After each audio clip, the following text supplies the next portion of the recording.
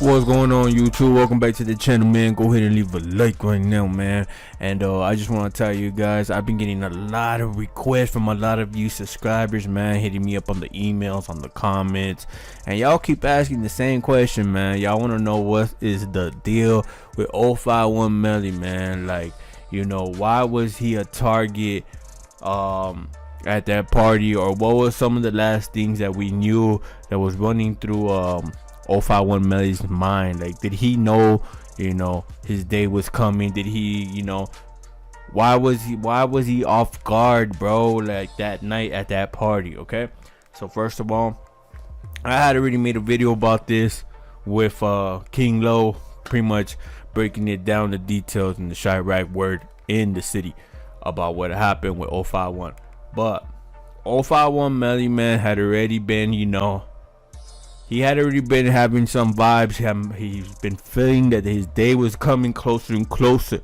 051 Melly was, you know, pretty much, he knew his name was getting hotter and hotter day by day, week by week in Chirac, because, you know, the internet pretty much started exposing all his hits, all his enemies, all the people he clapped at. And yeah, man, a lot of these channels on YouTube, a lot of secret blogs that are out there in the web, in the deep web, they pretty much, you know, they put out a lot of information about 051 Melly and his body count, about how many ops he had, who, you know, what the hits were.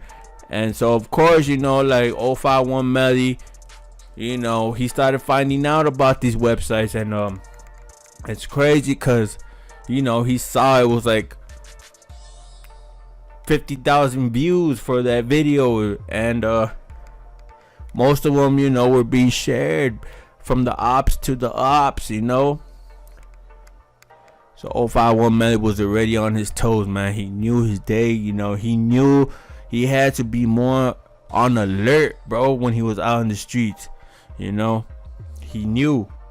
Not just the internet websites or the YouTube videos of the how many bodies or any of the body counts that were leaked on the internet were, you know, pretty much painting a picture of 051 Melly being a dangerous man out here in Chirac. But even the interviews, man, like every time they would interview any 051 member, or when they would interview all of them and they're all in the trap house, you know, they always, you know, pretty much painted the picture as 051 Melly being the strongest arm in the whole squad. Like, he was the grave digger, bro, you know. So what do you think, man, when the ops are, you know, sitting at home watching these interviews, and, you know, so much love is being shared, and his name is being, you know, ranked up and credit so much about, you know, bodying your own homies, bro. Your cousin, your best friend got bodied by this guy, and you go to interviews and everyone's looking at him like, you know. So of course, man, it wasn't just the internet, it was his boys too. 051, man, you know, even the nickname, the grave digger, all that, man, all that has a purpose of why 051 Young Money Melly knew, you know, he had to be on his eyes open, man, on his toes, man, 10 toes down. You gotta watch out, because people now want that trophy, bro. So that was a big thing about, you know, what caused 051 Melly to see his last day. Was he was becoming too popular in the internet, man. He was becoming too popular around Chirac. People were just talking about 051 Melly too much, bro. You know, it's different when you're like a Lil Durk or Chief Keef, when you know, you become popular, but you're gaining millions of dollars. You can, you know, you're no longer in the hood, man. So you can order security, you can move out of town, nobody knows. You're really just moving low key. But if you're still on the block, man, and everyone has you in gossip all over town, bro, from every side of town, you got a body, man, bro, of course. So Melly was like, you know, he was nervous already, man. And of course, like, the people that were looking at these videos, that were searching up his name, man, searching up to see how much more information they can get on his profile, man, with nothing other but other hitters, man, his ops. other nothing but gangsters from around the city, man, that were really into that type of stuff. There was no white kids in the suburbs. There was no white girls out there and, you know, in the hills in California searching 051 Melly's new rap song, 051 Melly new music video, 051 Melly's new diamond chain he bought from Johnny Dang in Houston. Like, nah, man. The people that were searching them up were real, you know, they were really into that too. They're out in the field. They want to know what's up with their ops. They want to see what kind of, you know, opposition they're going against. And so, like, a lot of people started thinking, you know, that when he passed away, that he was set up, that he was backdoored by all, you know, higher ranked people like, you know, OTF Bazoo, Lil Durk, you know, that FBG Duck. You know, because that live that he went on with Bazoo, when they spoke on live for like a good hour, that's actually what I think, you know, took Melly's name.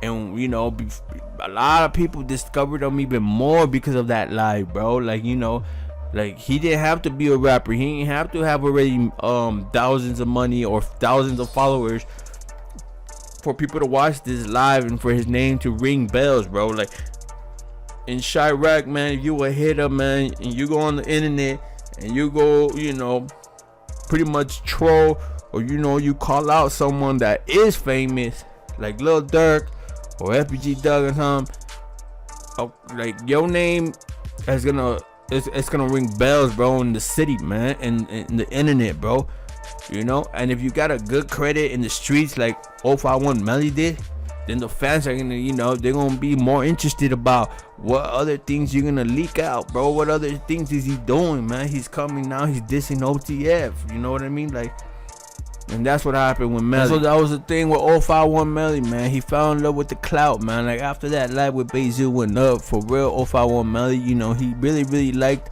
how he started getting a big following, man. Not only that, but his credit started going up there. People were scared of him now because he was actually calling out the big dog. He was calling out OTF members. Like, he was really under their skin. You know what I mean? Like, and I think 051 Melly, like, he kind of liked that clout that was coming towards his name. He liked that credit that was coming towards his name. And after that live went off, man, that's when you started seeing him going on the internet a lot more, man. He started popping up on his own lives, you know. He started, you know, trying to request other ops to join their lives. He started doing all types of stuff with Mobile Crumb, taking pictures at parties and all that, man. You know what I mean? And that's why a lot of people were saying, you know, that OTF had something to do with 051 Young Melly because, you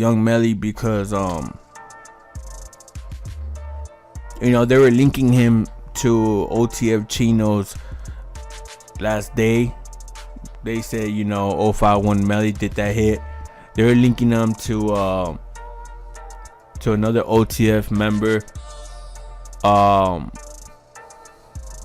Of course, we know 051 had put work in to take LA Capone out, and then 051 Melly starts going on the internet and trolling and taunting on Bazoo and Lil Durk, and he starts clicking over Mobile Crump.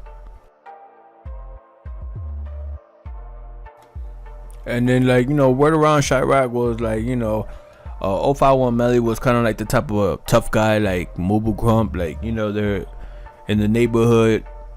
Of course, he had love from his gang members, bro, from his brothers and shit. But, like, other people, you know, that are just from other sets that are kind of clicked up with 051. But, like, 051 Melly, they say that he was kind of like a bully, man, like, you know, around the hood. Of course, he still had love, man, from Drilla, you know, from his brother Wu, from all the main hitters, you know, from 051. But a lot of people didn't really trust him. A lot of people thought he would, you know, take advantage because he knew he had that credibility in the streets, and they knew that he was the grave digger, you know. And that's what kind of led into the problems that 051 Melly started picking up in other neighborhoods. I feel like STL, Taekwon World, EBT, Jaro, you know, they were the ones that were like, yo, like, this guy comes around here all tough, and, you know, and according to, you know, some people saying the reason why 051 Melly was a target that night at the party was because he had, you know, he had problems with different neighborhoods, because he thought he was too big. He thought he was too, you know, too much of a beast. Everyone else was smaller. Everyone else was afraid of him. This is where Nate 007 comes in, you know. 051 Melly went and had some issues with this guy for a long time, for a while. And, you know, 051 Melly supposedly did a drive-by on Nate's house, bro, where his baby mama and his baby were staying at. And 051 Melly thought he could just, you know, keep just walking around, you know, different other hoods. He just liked the popularity that the internet was making him seem, man. Like, you know, that is what took 051 Melly down, man. He fell in love with the popularity of his name, with the credit that everyone was giving him.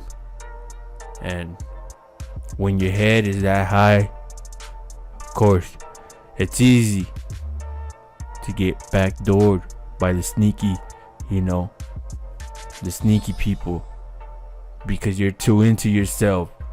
You think everyone loves you. You think, you know. And unfortunately, man, 051 Melly was backdoored at that party that night for the reason of him letting his guard down, loving the clout, loving the popularity. Rest in peace to 051 Melly, man. I'm out.